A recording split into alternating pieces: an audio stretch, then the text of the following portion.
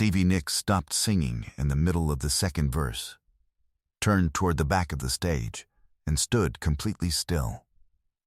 The band played on for 2 more beats before they stopped too. One by one, each instrument falling away, until the only sound left in the studio was the recording, a voice coming from a small speaker that a producer had carried on to the set. A voice that sounded like Stevie Nicks but was not quite Stevie Nicks. A voice that was younger, raw, unpolished, and achingly, unmistakably real. Jimmy Fallon couldn't hold back his tears. He had known what was going to happen tonight. He had arranged it himself, in secret, over 3 months. He had thought he was prepared. He was not prepared. Tears were streaming down his face, and he was not even trying to stop them. His hand pressed to his mouth, watching the woman at the center of the stage, watching her stand perfectly still with her eyes closed and her face turned up slightly, like someone standing in the first warm rain of spring after a very long winter. 300 people in that studio did not breathe. The recording played on. It was a Monday night taping. April 2024. The Tonight Show starring Jimmy Fallon. Stevie Nicks was the musical guest, a living legend at 76 years old, the voice of Fleetwood Mac, the woman who had written Landslide and Gold Dust Woman and Edge of 17, who had sold more records than almost any solo artist alive, and who had spent half a century being exactly, precisely, completely herself on every stage she had ever stood on. The audience had been on their feet before she finished the first song. She walked out to the kind of applause that happens when an audience is not just appreciating a performance, but expressing something closer to gratitude. The specific warmth of 300 people acknowledging that this woman and her music had been present at some of the most important moments of their lives. She wore a long black dress and the shawl she always wears, and she moved across the stage the way Stevie Nicks always moves, with a kind of spinning, drifting grace that makes it seem as though she is not entirely governed by the same gravity as everyone else. The interview was warm and easy. They talked about the new album, about touring, about what it felt like to still be doing this after 50 years. She was funny and generous and completely at ease. Jimmy was delighted. The audience was delighted. The band was playing softly, and everything was right, and everything was flowing. Then, between the interview segment and the performance, a producer walked onto the stage with a small portable speaker and set it on the edge of Jimmy's desk. And Jimmy Fallon looked at Stevie Nicks and said, "Before you sing tonight, there is something I need you to hear." And then, from that small speaker came a sound. Not loud, not produced, not dramatic in any way, just a voice and an acoustic guitar in a room with bad acoustics, the kind of recording made on equipment that was never meant to last. The tape is audible beneath every note. A young woman's voice. 19 years old, maybe 20, singing a song that was not yet a song, a melody without a finished lyric, a chorus that kept reaching for something it hadn't quite found yet. But the voice was extraordinary. Stevie Nicks heard the first 4 bars, and her hand rose slowly, deliberately, to her chest. Her head tilted. Her eyes, which had been bright and present a moment before, went somewhere else entirely, somewhere internal, somewhere deep, the way eyes go when a sound reaches past the present moment and touches something that has been waiting a very long time to be touched again. "Stevie, you all right?" Jimmy asked, his voice quiet. She didn't answer. She was listening. The entire studio froze. The band, which had been preparing to play, set down their instruments one by one, without being asked. The audience, which had been rustling and settling, went completely still. People looked at one another. Was she unwell? Was the recording someone who had passed away? Was Stevie Nicks, at 76 years old in the middle of a live taping, about to cry? The wrong assumptions moved through the room in the dark, collective, and uncertain. Then the recording reached the chorus. The young voice on the tape climbed into the upper register and found a note that hung in the air of the studio like something visible. Like light. And Stevie Nicks, who had been standing at the center of the stage, began to sing along. Quietly at first, not performing. Just singing the way you sing when you are alone, when no one is supposed to hear, when the song is more real than the room you are standing in. Her voice and the recorded voice braided together in the studio, 50 years apart, and the sound they made together was something that had no name. She sang for 11 seconds. Then she stopped. She turned toward the back of the stage and stood still, and the recording played on without her, and Jimmy Fallon pressed his hand to his mouth and could not stop crying. And then Stevie Nicks spoke, her voice barely above a whisper, but caught perfectly by the microphone on her lapel. She said one name, Carol. 300 people held their breath, and somewhere in the fifth row, a woman with white hair and paint-stained hands looked up. To understand what happened next, you need to understand what happened in 1968. Because Stevie Nicks wasn't always Stevie Nicks. Rock and roll goddess, legend, the wild heart of a generation. She was, once, just an 18-year-old girl from Phoenix, Arizona, who had a voice she did not yet know what to do with. In the autumn of 1968, Stevie Nicks was a freshman at San Jose State University, and she was terrified in the specific way that extraordinarily talented people are terrified when they are not yet sure their talent is real. She had been singing since she was 4 years old. She had been writing songs since she was 16. But she had grown up in a family that valued practicality, in a world that told young women their ambitions should be modest, in an era when the distance between a girl with a guitar in her bedroom and a woman on a stage felt like a distance that very few people crossed. She was studying for a business degree she did not want. She was singing in coffeehouses on weekends for audiences of 12 or 15 people who mostly talked through her sets. She was writing songs in a spiral notebook she kept under her dorm room mattress, because she was not yet sure she had the right to call them songs. In October of that year, she was walking past the art building at San Jose State when she heard someone playing piano through an open window on the second floor. She stopped. Not because the playing was extraordinary, it wasn't, but because the person playing was also singing, and the melody they were working through had a quality she recognized. The quality of someone searching, the quality of someone who was not performing for anyone, but was instead following a sound that only they could hear. She stood under that window for 20 minutes before she went inside. Carol Vasquez was 20 years old, a junior majoring in fine arts who painted large abstract canvases in the style of the color field painters she loved, and who played piano the way she painted, slowly, experimentally, always reaching for something just beyond what her hands could currently do.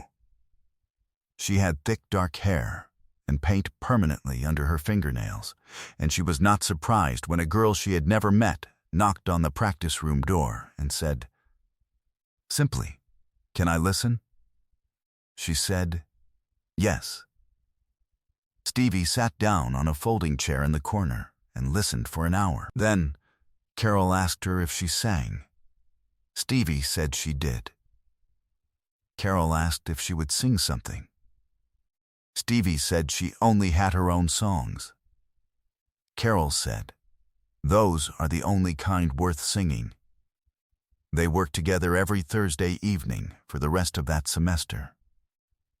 Carol played piano, finding chords under Stevie's melodies, building small harmonic architectures around the songs that were still being written, and Stevie sang, and the songs became more real with every session, more finished, more inevitable. The way songs become when the right two people are working on them together in a small room with no audience and no pressure and nothing to prove. In December of 1968, the week before winter break, Carol brought a reel-to-reel tape recorder she had borrowed from the music department. She set it up in the corner of the practice room. She said, "I want you to hear yourself the way I hear you." They recorded 4 songs that evening. Not for a label. Not for anyone. Just so Stevie could hear what Carol already knew was there. Stevie sat at the piano bench afterward and listened to the playback with her eyes closed, and Carol watched her face, and neither of them said anything for a very long time. When the tape ended, Stevie said, "Is that really what I sound like?" Carol said, "That is exactly what you sound like." Before break, Carol made a copy of the tape on a spare reel she had in her studio. She labeled it in her handwriting, carefully, with a thin brush and black ink the way an artist labels things. She gave the original to Stevie. She kept the copy. She said, "So I can listen while you are away becoming famous." She said it lightly, the way you say something true that you are not yet fully sure you are allowed to say. Stevie Nicks did not go back to San Jose State the following semester. She went to Los Angeles. She met Lindsey Buckingham. She spent the next 8 years becoming exactly who she was always going to be. The career that followed is one of the most extraordinary in the history of popular music. Carol Vesquez finished her degree, moved to Santa Fe, New Mexico, and spent the next 50 years painting large abstract canvases in colors that people described as musical without quite understanding why. She taught art at a community college for 30 years. She attended every Fleetwood Mac concert she could reach, from the back row, always alone, always with the particular privacy of someone who holds a secret connection to something that the rest of the audience is encountering from the outside. She never reached out, never wrote a letter, never posted anything on the internet when the internet came along and made such things possible. She had the tape copy in a box in her studio, still on the original reel, and she had the memory of a Thursday evening in December 1968, when a girl she had just met hurt herself for the first time. Their time had passed, and she had made peace with it. Some things belonged to a specific moment and were not diminished by staying there. Then her son, a man named David, who worked as a sound engineer in Albuquerque, found the tape in her studio while helping her move to a smaller apartment. He asked her about it. She told him. He looked at her for a long time and said, "Mom, you understand you are sitting on something extraordinary." She told him she understood. She told him it had never been his to do anything with. He told her that was true, but that she had been diagnosed with macular degeneration in both eyes 6 months earlier and would lose most of her remaining central vision within the year, and that if she was ever going to do anything, she should probably decide soon. She thought about it for 3 weeks.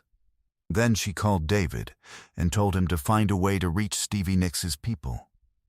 Not to ask for anything, just to say that a tape existed and that the person who made it was still alive and would very much like Stevie Nicks to have it, if she wanted it. The rest took 4 months. Stevie Nicks's manager received the call. The manager called Stevie. Stevie called the manager back within the hour, and then Stevie Nicks called Jimmy Fallon personally and said, "I need your help with something. I need it to happen on your show. And I need it to be a surprise." Behind the scenes, Stevie Nicks had made a decision that defied every producer's expectation. The Tonight Show staff had not been told why Stevie Nicks had requested a woman named Carol Vesquez be given a seat in the 5th row with a clear sightline to the stage. They knew only that the request had come from Stevie's management directly, marked as non-negotiable, and that no one on the show's staff was to mention Carol's name to Stevie before the taping. "She knows she will be there," Stevie had told Jimmy during their one phone call about the arrangement. "She just doesn't know that I know what the tape sounds like." The tape had been digitized by David in his studio in Albuquerque and transferred to a small portable speaker that Jimmy's producer had carried onto the set 20 minutes before showtime, tucked under the desk, waiting. Jimmy had listened to it twice in his dressing room that afternoon and had needed 10 minutes alone afterward to collect himself before the pre-show rehearsal. Carol Vizquez had been told by David only that the Tonight Show was honoring artists who had supported musicians early in their careers, and that she had been nominated by someone who knew her work. She had taken the train from Santa Fe to Albuquerque, flown to New York, and sat in the 5th row of the Tonight Show studio in a gray linen dress with paint-stained hands folded in her lap, watching Stevie Nicks the way she had watched her for 50 years, with complete attention and no expectation of being seen. She had not expected to hear the tape. Now the studio understood the voice on the recording. The woman in the 5th row. The Thursday evenings in a practice room at San Jose State in 1968, when two young women in a small room had followed a sound neither of them could fully name yet. The tape that had traveled 56 years from a reel-to-reel recorder, borrowed from a music department, to a small speaker on the edge of Jimmy Fallon's desk. Stevie Nicks had said Carol's name, barely above a whisper, caught perfectly by her microphone. And now, she was walking off the stage, not toward the wings, toward the audience, toward the 5th row, where a woman with white hair and paint-stained hands was sitting very still. Jimmy Fallon was crying.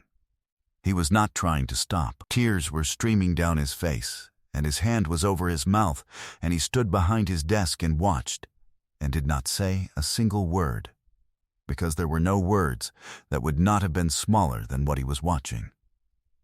But this is the moment no one in the studio and no one watching at home ever saw coming. Stevie Nicks reached the 5th row. She stood in front of Carol Vizquez and reached into the inside of her shawl and produced a small reel of recording tape. Old, the plastic housing slightly discolored with age, the tape itself still on the spool, the label written in thin black brushstroke letters in the careful hand of a young artist who had wanted to get the label right. The original, the copy she had given to Carol in December of 1968 and carried with her ever since, from apartment to apartment, from city to city, on tour buses and in equipment cases, and finally in a drawer in her home in Los Angeles, where she had kept it for 40 years without ever once considering throwing it away. She held it out to Carol with both hands. Carol looked at the reel, her hands unfolded from her lap. She reached out and took it, and when she felt the weight of it, the specific weight of something that old and that real, she closed her eyes. "You kept it," she said. Her voice was steady, barely above a whisper, but the studio was so quiet that 300 people heard every word. "I've kept it since the night you gave it to me," Stevie Nicks said. Her own voice was breaking, and she was not trying to hold it together, and she was not performing any of this. This was just what it looked like when Stevie Nicks, who had stood on the largest stages in the world for 50 years without flinching, finally stood still. "I've kept it because you were the first person who ever made me hear myself, and I needed to know I hadn't imagined it." Carol shook her head slowly. "I just had a tape recorder and a Thursday evening." Stevie's voice broke fully on the next words. "But you used them. You used them for me." There was a silence. The kind of silence that doesn't feel like absence. The kind that feels like a room breathing. Then Carol said, quietly, "I always wondered if you remembered." Stevie Nicks sat down in the empty seat beside her, right there in the 5th row, and took Carol's paint-stained hands in both of hers, and neither of them said anything for a long time. Questlove had set his sticks down on his snare drum with a care that was its own kind of reverence. 3 members of Stevie's touring band were crying. The director in the control room had not called a commercial break and had not spoken into anyone's headset since the moment the recording began to play.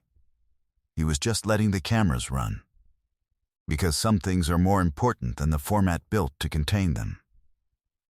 Jimmy Fallon was still crying. He made no attempt to speak, no attempt to bring the moment back inside the television show it had briefly been. He simply stood at his desk, with tears streaming down his face, and watched. Along with 300 people in the dark, 2 women hold each other's hands in the 5th row.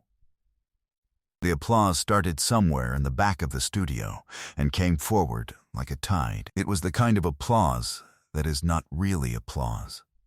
The kind that is something else wearing applause's clothes. 300 people rising together, slowly holding it, the sound building until the walls of the studio seemed to hold it the way a bowl holds water. Carol Vasquez held the tape reel in her lap and did not move. She looked down at the label in her own handwriting from 1968 and then up at Stevie Nicks beside her, and she said one more thing, her voice so quiet that only Stevie and the nearest microphone could hear it. "I knew," she said. "I always knew you were going to be exactly this." Stevie Nicks and Carol Vasquez sat together in that 5th row seat for 31 minutes after the cameras stopped rolling. The Tonight Show staff brought 2 cups of tea and then left them alone. Carol flew home to Santa Fe the next morning. She carried the tape reel in her lap the entire flight, in both hands, the way you carry something you have carried a long time, but are only now fully aware of the weight of. The following year, in the spring of 2025, Stevie Nicks released an album. The final track was a recording of the song from that Thursday evening in December 1968. Fully produced for the first time, 57 years after it was written. The liner notes listed 2 names, Stevie Nicks and Carol Vasquez, San Jose, 1968. Carol lost the last of her central vision in November of 2024. She said later that she was glad she had seen Stevie Nicks sing one more time before it went. The tape reel sits now on Carol's windowsill in Santa Fe, in a small wooden box her son David made for it. The label is still legible. The ink has not faded. Some things, written carefully enough, hold. Some voices need only one person to hear them clearly before they can be heard by the world. The ones who listen first are never forgotten, even when they think they are.